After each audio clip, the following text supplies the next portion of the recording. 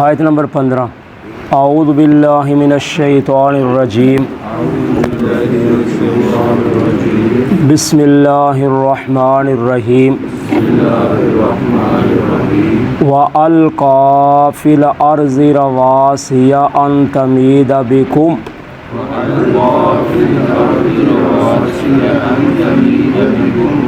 وَأَنْهَارًا وَسُبُلًا لَعَلَّكُمْ تَهْتَدُونَ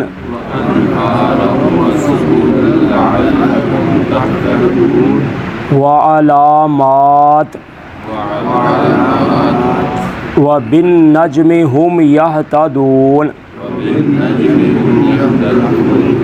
أَفَمَن يَخْلُقُ كَمَن لَّا يَخْلُقُ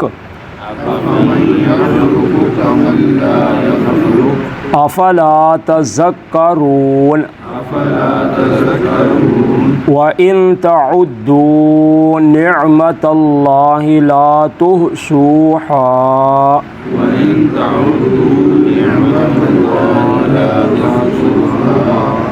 إِنَّ اللَّهَ لَغَفُورٌ رَحِيمٌ وَاللَّهُ يَعْلَمُ مَا تُسِرُّونَ وَمَا تُعْلِنُونَ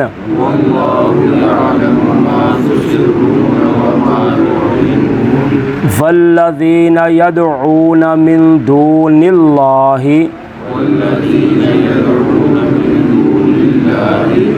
لا يخلقون شيئا وهم يخلقون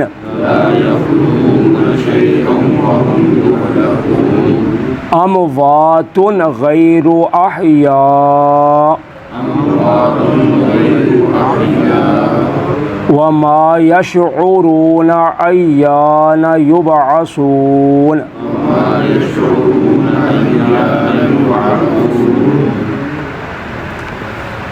وَأَلْقَى فِي الْأَرْضِ رَوَاسِيَ أَن تَمِيدَ بِكُمْ اور اس نے ڈال دیے یا گاڑ دیے زمین میں پہاڑ تاکہ نہ وہ تم کو لے کر جھکے وَأَنْهَارًا وَسُبُلًا لَعَلَّكُمْ تَهْتَدُونَ اور نہریں جاری کی اور راستے تاکہ تم ہدایت پا جاؤ یا سیدھا راہ پا جاؤ وَعَلَامَاتٍ اور بہت سی اور نشانیاں وَبِالنَّجْمِ هُمْ يَهْتَدُونَ اور ستارے اور وہ اس سے راہ حاصل کرتے ہیں۔ تو اللہ تعالیٰ اپنی نعمتیں ان کا تذکرہ کر رہے ہیں پچھلی آیات میں بھی اور ان میں بھی اپنی قدرت کا اپنی ذات کا لوگوں کو تعارف کروانے کے لیے۔ تو اللہ تعالیٰ فرماتے ہیں کہ اللہ تعالیٰ وہ ہے جس نے پہاڑوں کو زمین میں گاڑ دیا تاکہ وہ تمہیں کہیں لے کر جھک نہ جائے، یعنی ہچکولے نہ کھانا شروع کر دے۔ تو حدیث میں آتا ہے کہ اللہ تعالیٰ نے جب زمین کو پیدا کیا تو زمین نے حرکت کرنی شروع کر دی، ہلنا شروع کر دیا، تو اللہ تعالیٰ نے پھر اس پر پہاڑوں کو گاڑ دیا۔ تو اب پہاڑوں کو جب گاڑ دیا تو زمین کی حرکت بند ہو گئی، انسان کے رہنے کے لیے، کاروبار کے لیے اللہ تعالیٰ نے زمین کو ہموار کر دیا، یعنی ٹھہراؤ اس کے اندر پیدا کر دیا۔ اور جیسا کہ آپ دیکھتے ہیں یا سنتے ہیں کہ جب زلزلہ آتا ہے، 1 سیکنڈ منٹ کا زلزلہ آتا ہے تو پوری زمین ہل جاتی ہے، تو اس طرح زمین ہلتی تھی۔ تو اللہ تعالیٰ نے پہاڑ گاڑ کر اس کو مضبوط کر دیا، اور پھر پہاڑوں سے اللہ تعالیٰ نے نہریں جاری کر دیں، یعنی ندی نالے بہہ گئے۔ جیسا کہ ادھر جو علاقے ہیں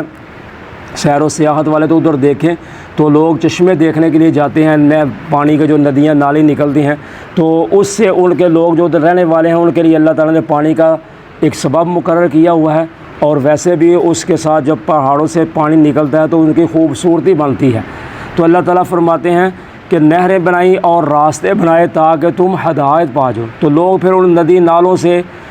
راستے تلاش کرتے ہیں کہ یہ ادھر کو راستہ جا رہا ہے، پہاڑوں سے لوگ راستہ تلاش کر کے تو دوسرے مقام پر پہنچ جاتے ہیں۔ اور فرمایا اور بہت ساری نشانیاں ہیں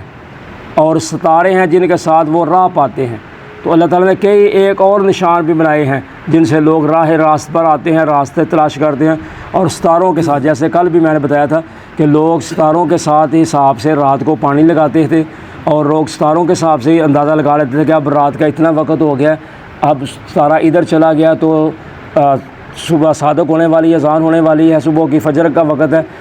پہلے لوگ سحری جو تھے ستاروں کے حساب سے ہی کرتے تھے، اس وقت گھڑیاں تو ہوتی نہیں تھیں، تو اس لیے اللہ تعالیٰ فرماتے ہیں کہ ستارے بھی پیدا کیے ہیں راہ دکھانے کے لیے۔ افمن یخلق کمن لا یخلق، کیا وہ جو بنانے والا ہے یا پیدا کرتا ہے اور وہ جو پیدا نہیں کر سکتا یا نہیں کرتا، افلا تذکرون، کیا پس تم نصیحت حاصل نہیں کرتے؟ تو اللہ تعالیٰ فرماتے ہیں کہ وہ جس نے بنایا پیدا کیا، تو ایک دوسری طرف وہ ہے جو پیدا کر ہی نہیں سکتا، بنا ہی نہیں سکتا کچھ بھی، تو کیا وہ برابر ہو سکتے ہیں؟ تو اللہ تعالیٰ فرماتے ہیں کیا تم نصیحت حاصل نہیں کرتے کہ تمہارے سامنے یہ بت ہیں یا معبود ہیں جن کو تم نے بنایا ہوا ہے، تو یہ تو کسی چیز کو بنا ہی نہیں سکتے، تو جس اللہ نے سب کچھ بنایا ہوا ہے تو ان کو تم اس کے ساتھ شریک بنا رہے ہو۔ چاہیے تو تھا نا جو اللہ نے بنایا ہے تو یہ بھی کچھ نہ کچھ تو بناتے، تو انہوں نے تو کچھ بھی نہیں بنایا۔ وَإِن تَعُدُّوا نِعْمَةَ اللَّهِ لَا تُحْصُوهَا، اور اگر تم شمار کرو یا گنو اللہ کی نعمتوں کو تو تم ان کو شمار نہیں کر سکتے۔ ان اللہ لغفور الرحیم، بے شک اللہ تعالیٰ بخشنے والے مہربان ہیں۔ تو یہ تو بڑی بڑی نعمتیں تھیں نا جو احسانات اللہ تعالیٰ نے انسان کو شمار کروائے ہیں،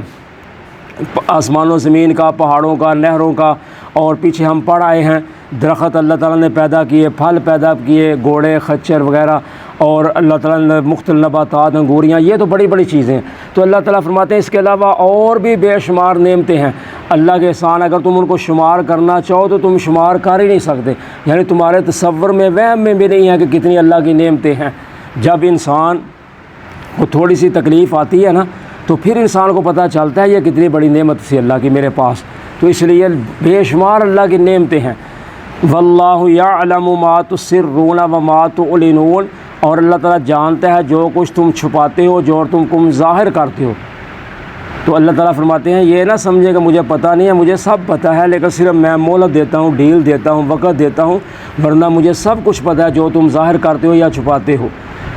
والذین یدعون من دون اللہ لا یخلقون شیئا وہم یخلقون، اور وہ لوگ جو پکارتے ہیں اللہ کے سوا نہیں وہ پیدا کر سکتے کچھ بھی، اور وہ خود پیدا کیے ہوئے ہیں۔ اموات، وہ مردے ہیں، غیر احیاء، نہیں ہیں وہ زندہ، وما یشعرون ایان یبعثون، اور وہ نہیں شعور رکھتے، سمجھ رکھتے کہ وہ کب اٹھائے جائیں گے۔ تو اللہ تعالیٰ فرماتے ہیں جن کو اللہ کے سوا تم پکارتے ہو وہ تو وہ ہیں جو کچھ بھی پیدا کرنے والے نہیں ہیں، پیدا کر سکتے ہی نہیں، حالانکہ وہ تو خود پیدا کیے ہوئے ہیں، یعنی جن کو اللہ نے خود بنایا ہوا ہے تم اب ان کو اللہ کا شریک بنا رہے ہو۔ چاہیے تو تھا کہ وہ اللہ کے پیدا کردہ مخلوق نہ ہوتے، اللہ کے بنائے ہوئے نہ ہوتے، خود بخود بنے ہوتے تو پھر تو ہم مانتے، تو جب ان کو بنایا گیا تو اب تم ان کو اللہ کا شریک بنا رہے ہو۔ اور فرمایا وہ تو مردہ ہیں، وہ تو زندہ ہے ہی نہیں۔ تو جب بندہ مر جاتا ہے، قبر میں چلا جاتا ہے تو وہ مردہ ہے، وہ سن نہیں سکتا۔ تو اللہ تعالیٰ فرماتے ہیں ان کو تو یہ بھی نہیں پتہ کہ انہوں نے کب اٹھایا جانا ہے، تو جس کو یہ پتہ ہی نہیں کہ مجھے کب اٹھایا جائے گا تو وہ تمہاری کیا سنے گا۔